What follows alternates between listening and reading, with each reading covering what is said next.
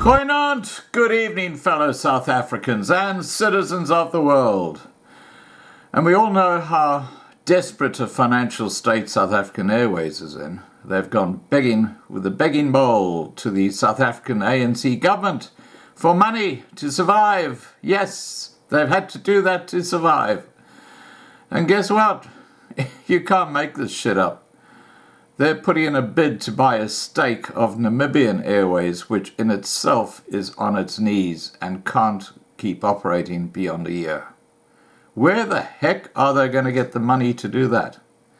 Let's get a bit of more context to the story, shall we? 3 major airlines, South African Airways, Ethiopian Airlines and German-based Lufthansa, have all shown interest in acquiring part of cash-strapped Air Namibia. This is set out in the latest documents seen by the Namibian newspaper, showing their public enterprise minister Leon Jooste spearheading negotiations between Air Namibia and Lufthansa, which appears to have a head start over the other interested airlines. Well, why wouldn't they? I mean, how's South African Airways going to do it? His role, however, attracted strong criticism from some government officials who accused the politician of sidelining key state agencies in the talks. Jooste wrote to Air Namibia's board chairperson, D. Selsdenbroek, on the 28th of August 2019, informing her that the Cabinet Committee on Treasury, or CCT, had allowed him to engage several airlines to gauge their interest in entering a strategic equity partnership with Air Namibia. 3 airlines, namely South African Airways, Ethiopian Airways and Lufthansa, indicated an interest to pursue further discussions, the minister said.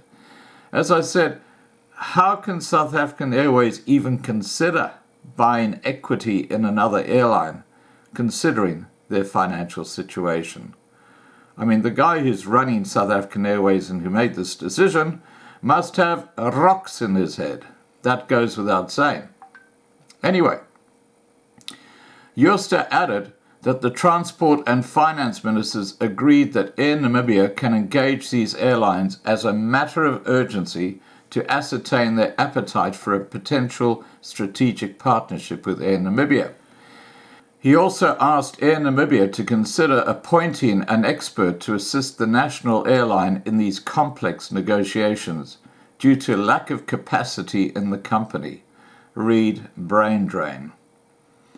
The services of the same expert may be required to assist its negotiations to terminate that A330 lease agreements at an opportune time and appropriate manner after final direction is taken for this matter, he said.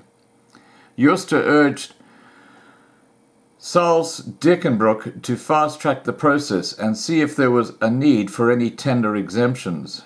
Documents seen by the Namibian show that Jooste wrote to Lufthansa on the 15th of July 2019 in a letter titled Potential Strategic Partnership with Air Namibia. It is unclear if he also wrote to the other airlines.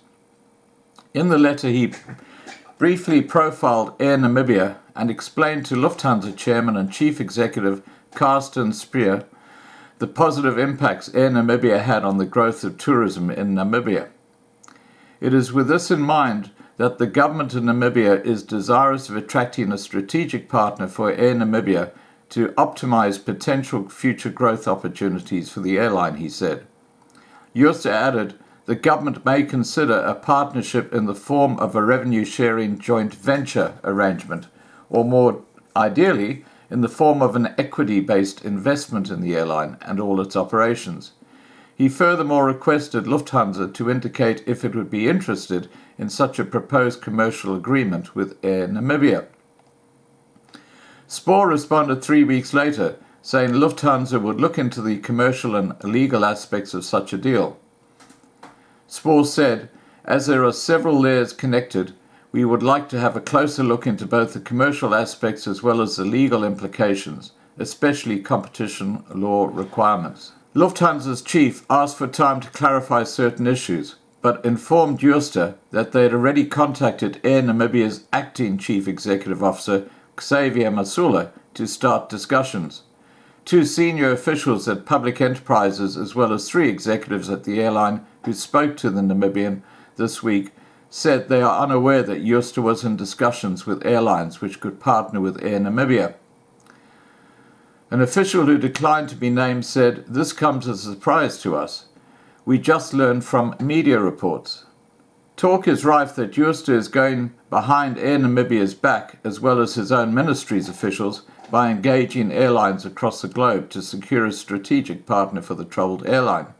Sources said the process was supposed to be spearheaded by the Transport Ministry, which has now been relegated to a mere spectator. One board member at the national airline said there is a trend there, where the board chairperson is the only person consulted by Jooste. Jooste told the Namibian yesterday that his involvement in the Air Namibia process is guided by cabinet, adding that it was necessary for him to talk to other airlines instead of the board. The minister added that he was tasked to write to several airlines to gauge the appetite for a potential strategic partnership with Air Namibia. He said such a strategic partnership may involve a change in shareholding, hence the involvement of the government as the shareholder. The process has since been handed over to Air Namibia, and they may engage these airlines, whereafter they will have to report to CCT before any agreement may be concluded. Jooste refused to say whether he also wrote to other airlines or just Lufthansa, citing confidentiality, since the item is under discussion at cabinet level. The Namibian understands that Air Namibia had a meeting with Lufthansa, which could result in agreement being signed in the coming months. I am informed, and CCT is equally informed of this meeting that took place. It is aligned to what we have been tasked with, and not in conflict therewith, he noted. It is understood that Jooste met Airbus sales director Michael Gerard and the airline's marketing head for the Pacific and Sub-Saharan Africa, Joop Ellis, in Windhoek on the 12th of July 2019. Jooste said this was merely a courtesy meeting since the Airbus officials were in town, having been invited to attend a function at the French embassy at the time. Airbus is an important stakeholder, and 2 Airbus officials shared impressions around the new developments on the various products they offer. He added that Airbus Namibia's board chairperson was also part of the meeting. Finance Minister Kelly Schleuten told Cabinet earlier this year that the government had pumped nearly 8.3 billion Namibian dollars into Air Namibia from 1999 to 2019. He said the airline's historic debt of 1.3 billion Namibian dollars and that Air Namibia might not operate beyond 12 months. Well, there you go. South African Airways want to buy into Air Namibia when they're having to go to the government cap in hand for cash to keep operating. The old L factor is kind of missing in action there. I think you'll agree. All right, guys, please remember to subscribe to be kept informed, ring the bell for the updates, and please like this video. Take care.